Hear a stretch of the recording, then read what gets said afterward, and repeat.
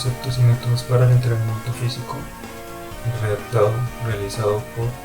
Ignacio y Manuel Vinuesa. Básicamente, en este libro se tratan lo que es los conceptos básicos sobre la fisiología, también sobre el esfuerzo, sobre, digamos, que son los ítems y los parámetros que se deben tener en cuenta a la hora de realizar tanto el entrenamiento físico para el deportista como la preparación y las metodologías que debe tener el docente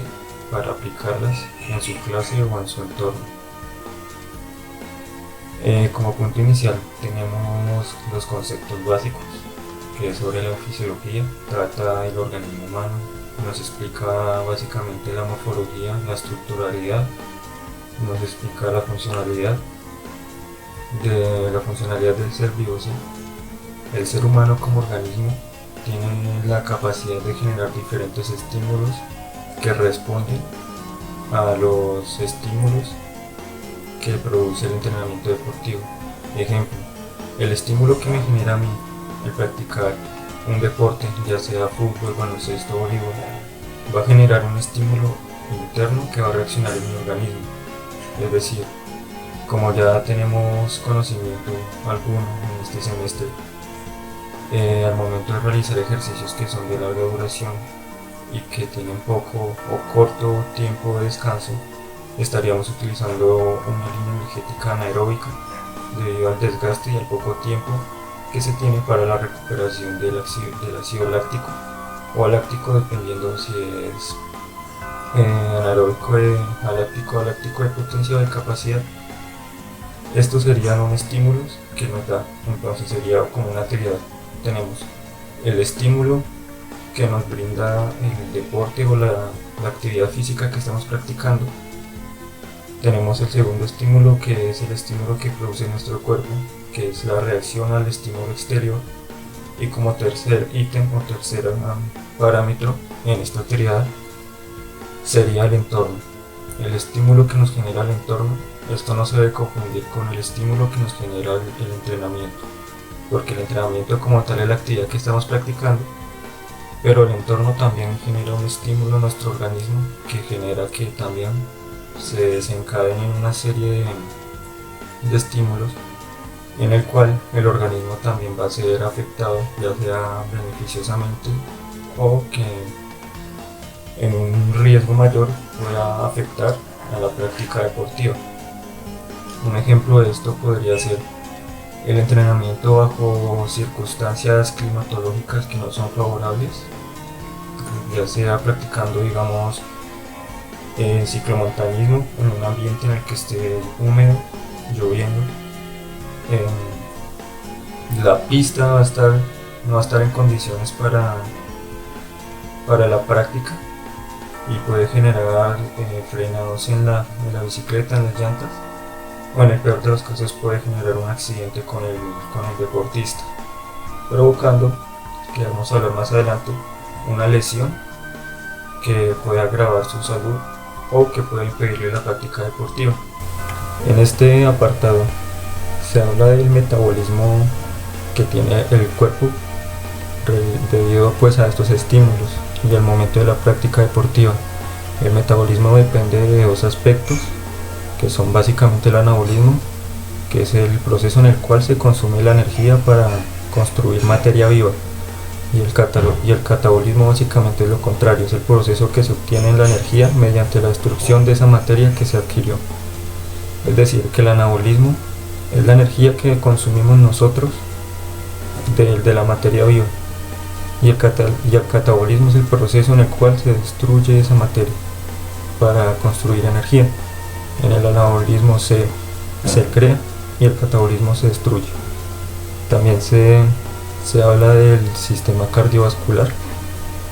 que básicamente pues es el sistema que más tiene importancia, o uno de los sistemas que más tiene importancia en este ámbito de entrenamiento físico, debido a que la mayoría de estímulos recibidos por parte del entrenamiento físico o deportivo va dirigido hacia ese sistema, y ese sistema es el que nos ayudará básicamente a la realización de cualquier actividad cotidiana de nuestra vida. Para hacer un pequeño resumen, se habla de un paralelismo que se hace como con la organización lógica que éste redistribuye en el sistema cardiovascular. ¿Qué quiere decir con esto? Cuando se presenta el estímulo o cuando se realiza la actividad física, nuestro cuerpo va a estar haciendo un proceso de síntesis o un proceso en el cual nos permita a nosotros realizar la actividad física, ya sea con funciones de abastecimiento, transporte, distribución, evacuación y seguridad, entre otras. Podríamos decir que el sistema cardiovascular se basará pues evidentemente en el corazón, ya que pues este es el que nos bombeará la sangre y nos dará pues básicamente lo importante para vivir y claramente para realizar la actividad física.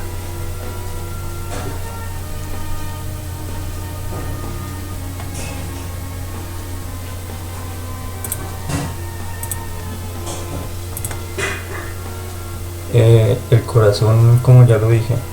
es el órgano más importante a la hora de la actividad física, ya que es el encargado de bombear la sangre a nuestro cuerpo, que nos permita pues, más importante aún, vivir, y en este caso pues realizar los mecanismos o los procesos pertinentes para la realización de la actividad física mediante las aurículas al ventrículo y su respectivo proceso, que son dos, el sístole y el diástole. El corazón funciona como una bomba que tiene varios orificios para la admisión y expulsión del fluido, o sea, de la sangre. También se podría decir que para la comunicación de estos dos cuerpos, el corazón con el resto del organismo, se debe tener en cuenta que están condicionados por unas válvulas que regulan el paso del fluido en un solo sentido. Es decir, que actuaría el corazón como una especie de pistón o como una especie de gato hidráulico, en el cual pues los pistones, que es el sístole y el diástole, van a generar una presión en el corazón, en el cual pues van a actuar las aurículas, que va a ser el punto de pistón bajado, y el ventrículo, que va a ser el pistón subido, en el cual va a ser como un proceso hidráulico en el que baja la sangre del corazón, pero a la vez mediante el ventrículo va saliendo hacia el resto del organismo. Es como un proceso parecido a un hidráulico. Ya teniendo en cuenta esto, cabe resaltar que pues el corazón tiene 4 válvulas, que son 2 auricoventriculares y 2 ventriculares. Las auricoventriculares serían la AV y las 2 ventriculares llamadas sinusoideas, cada una pues con su respectiva función. Digamos pues la auroventricular separa la aurícula y la ventrícula del mismo lado para impedir el reflujo de sangre hacia las aurículas durante el sístole, y en la simoidea, que son 2 ventriculares, están situadas digamos en la aorta y otra en la salida arteria pulmonar. Básicamente su función es impedir que retroceda la sangre de esta arteria. Cuando finaliza la sístole, o sea en el proceso que se hizo anteriormente con la auroventricular, comienza la diástole de los ventrículos. Es como una complementación de ambos tipos de válvulas.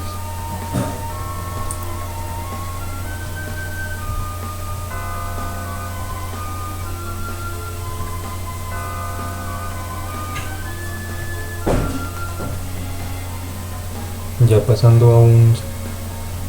ciclo, a un ítem más apartado, pero no tan alejado, teniendo en cuenta que se dejan muchas cosas resumidas a grosso modo, en el cual pues el corazón, que realiza su ciclo cardíaco, es el encargado pues de que nos brinde la frecuencia cardíaca mediante los pulsos de sangre, y digamos que pues maneja cierto volumen sistólico y diastólico, claro,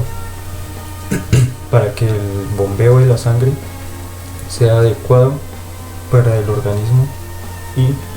el momento de realizar la actividad física pues se realice de la mejor manera y no haya ninguna afección al momento de realizar la práctica. En este pues se complementan lo que es el aparato circulatorio, básicamente es parecido a lo que está hablando, o es igual a lo que está hablando anteriormente sobre el corazón, que es el órgano que se encarga pues de hacer circular la sangre. También digamos que se manejan un poco más, o no se manejan, sino se habla un poco más a fondo de lo que es la arteria, lo que es las venas, lo que es los capilares, lo que es el corazón. Entonces todo eso que engloba el sistema circulatorio va constituido mediante esos apartados que acabo de mencionar. Para resumir este apartado, se habla sobre los calibres de vasodilatación y la vasoconstricción, que ya sabemos. La vasodilatación es los estímulos, o la vasodilatación, ¿cómo explicarlo? Es la distribución y la redistribución sanguínea que se realiza en la arteria mediante la vasodilatación. La vasoconstricción es más reducción, es decir, la vasodilatación se encarga de distribuir o redistribuir la sangre, y la vasoconstricción se encarga de reducir las cantidades exageradas de sangre para que no se produzca, pues, digamos, mala circulación en la sangre, o que se permita la obstrucción de la sangre en algunas venas o arterias. Entonces eso engloba esta parte del sistema circulatorio. Cabe resaltar que la sangre es el producto o el componente fundamental en este sistema circulatorio. Poniendo como ejemplo para que entendamos de una mejor manera, el corazón funciona como una fábrica. Esa fábrica va a ir produciendo, pero para que una fábrica produzca se necesita de materia prima, de trabajadores, de maquinaria, digamos, de diferentes logísticas, ingenierías, bueno, todo eso que engloba una fábrica. En este caso el producto o el material, la materia prima necesaria para esto sería la sangre, porque pues la sangre es el líquido vital del ser humano. Básicamente esencialmente es vida, es la vida del ser humano.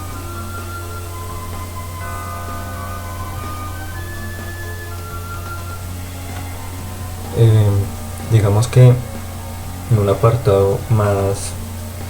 enfocado en la funcionalidad del sistema, no solo el sistema circulatorio, sino de nuestro organismo como tal, resaltamos lo que es el funcionamiento continuo que realiza el sistema circulatorio, ya sea pues los dos organismos principales, como ya lo mencioné, son el corazón y los pulmones. Entonces, según ya eso, tenemos que se habla del pulso arterial, se habla de la presión o tensión arterial, se habla del flujo, se habla de un sistema o esos aparatos que abarcan todo un sistema vascular que requiere pues el sistema circulatorio para realizar sus procesos.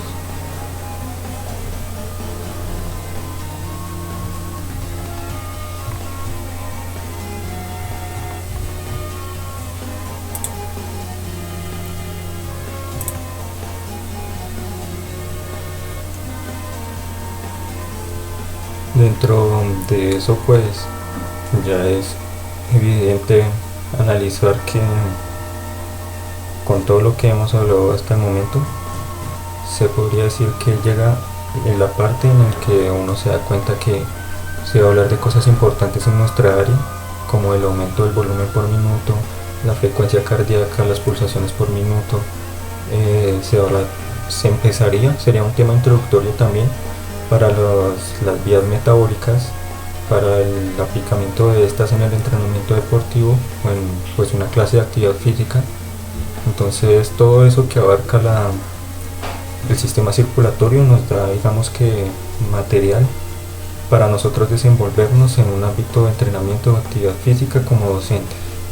También se habla del sistema respiratorio, que actúa en conjunto con los anteriores que ya mencioné. Se habla pues de el correcto proceso de respiración en el entrenamiento deportivo. Como ya sabemos, si no se respira bien mediante la realización de una actividad física, el organismo puede saturarse o puede colapsar debido a la falta de oxígeno por esta mala respiración.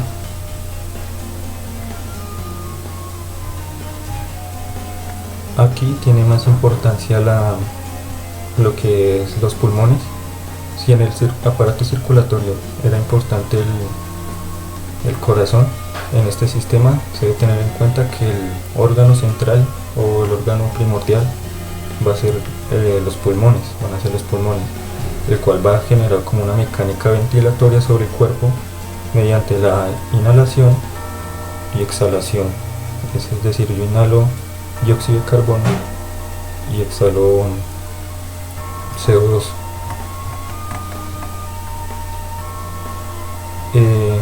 Para esto, para que el pulmón pueda realizar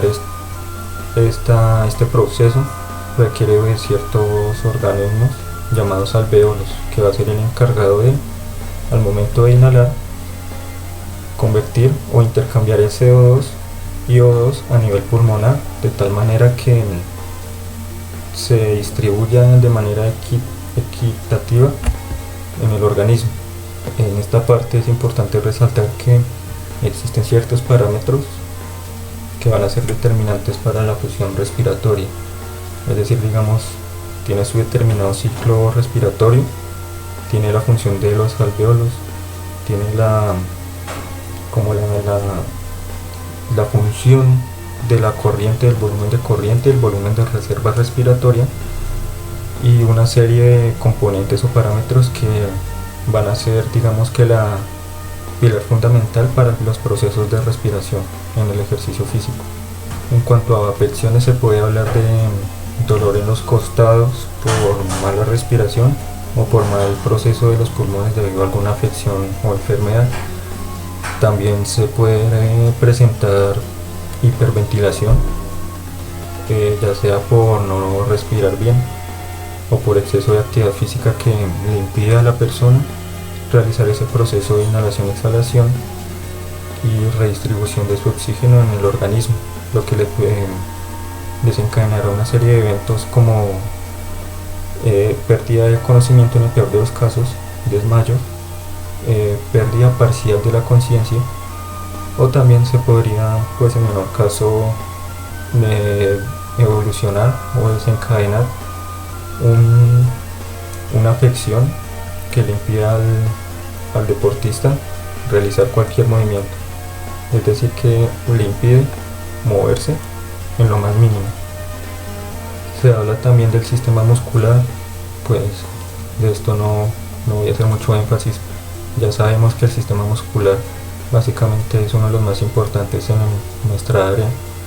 ya que pues de los músculos depende que el cuerpo se mueva. Pues el estímulo que recibe el músculo va a depender también de los diferentes sistemas de los que ya hemos mencionado,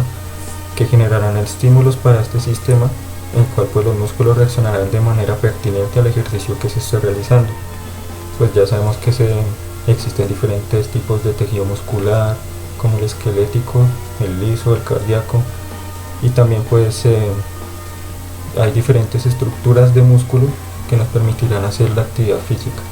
También se habla pues de las fibras blancas, de las fibras rojas, como ya sabemos, cada una con su función, ya sea de flexibilidad o de resistencia. También digamos que se hace un poco de énfasis en la parte de la sangre,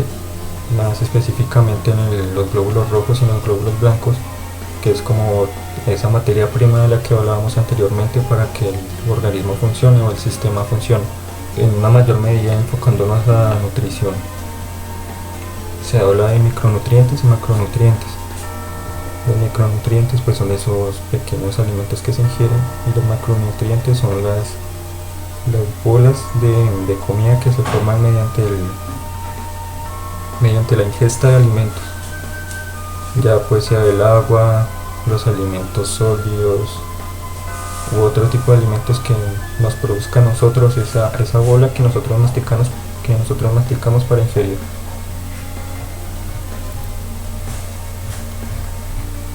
También se habla pues claramente de la proteína, de los carbohidratos,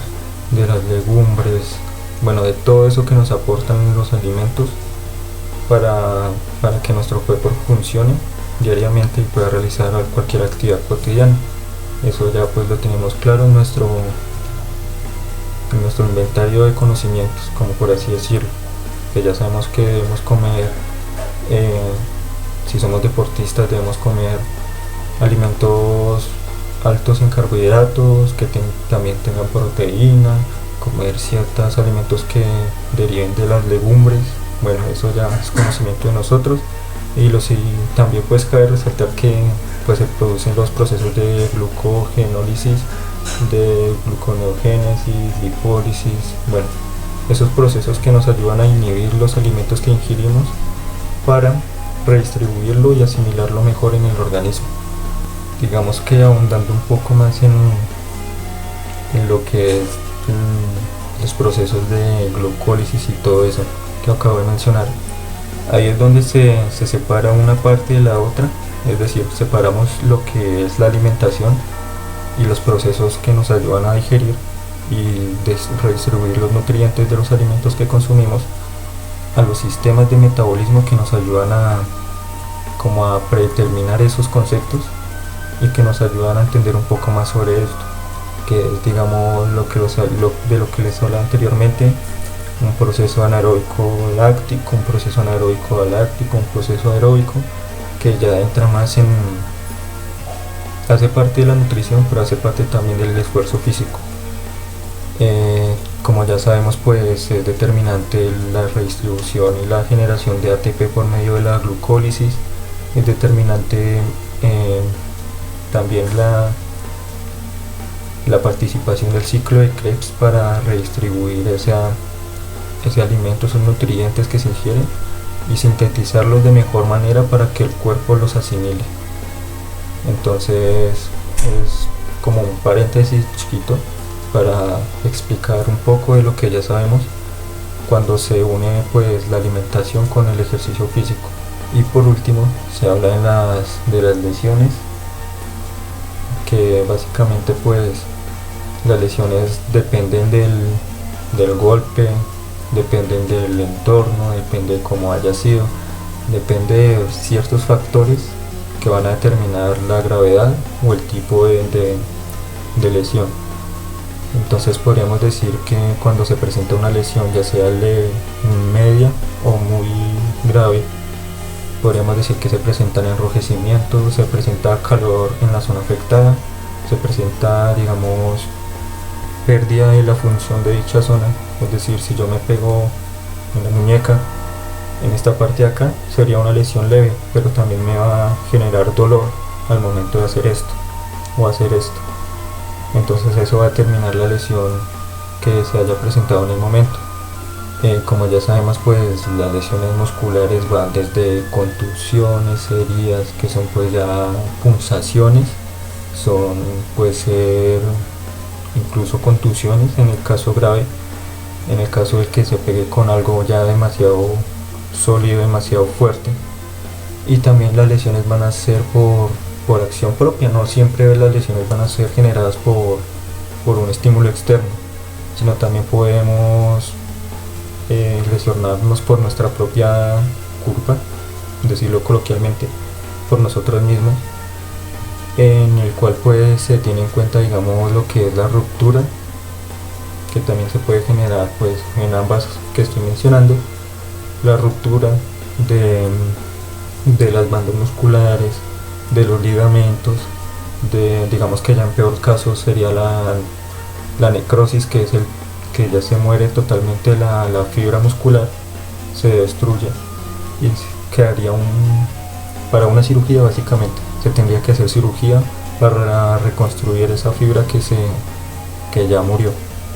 Se habla también pues, digamos, de lesiones de menor grado, más leves, que son como calambres, pueden ser calambres mal calentamiento, mala elongación muscular, más que todo se da por esas fases de inicio de la actividad física o el calentamiento que no se realizan adecuadamente y pues producen que surjan calambres en algunas zonas del cuerpo o que en algunos casos pues ya sea como un tiro, una contusión o un rompimiento de los ligamentos que ya pues desencadena una lesión más grave, como pues digamos que hablo pues de mi deporte base que es el fútbol. Normalmente se da más que todo en la zona isquiotibial, la ruptura de esos ligamentos isquiotibiales. Entonces, como por poner un ejemplo, en esa parte de los calambres y de las contracturas, que también es una parte fundamental de estas lesiones. Las contracturas que se generan debido a ese desencadenamiento de calambres que no se le prestan atención, que sería un nivel más arriba, que es la contractura. Para finalizar con este resumen, se habla de un sistema que no es menos importante de los que ya hemos hablado, pero pasa un poquito como desapercibido de alguno, digamos, de algún análisis consciente que nosotros hagamos, el cual es pues el sistema endocrino o el sistema hormonal, que pues como ya sabemos es el sistema encargado de las hormonas, del correcto funcionamiento de estas que aportan, digamos que la testosterona y la progesterona y todo eso que se encadena o que abarca lo que es el sistema endocrino y que nos ayuda a nosotros también a la hora de realizar el ejercicio físico. También se hablan de una serie de glándulas endocrinas que se dividen en un grupo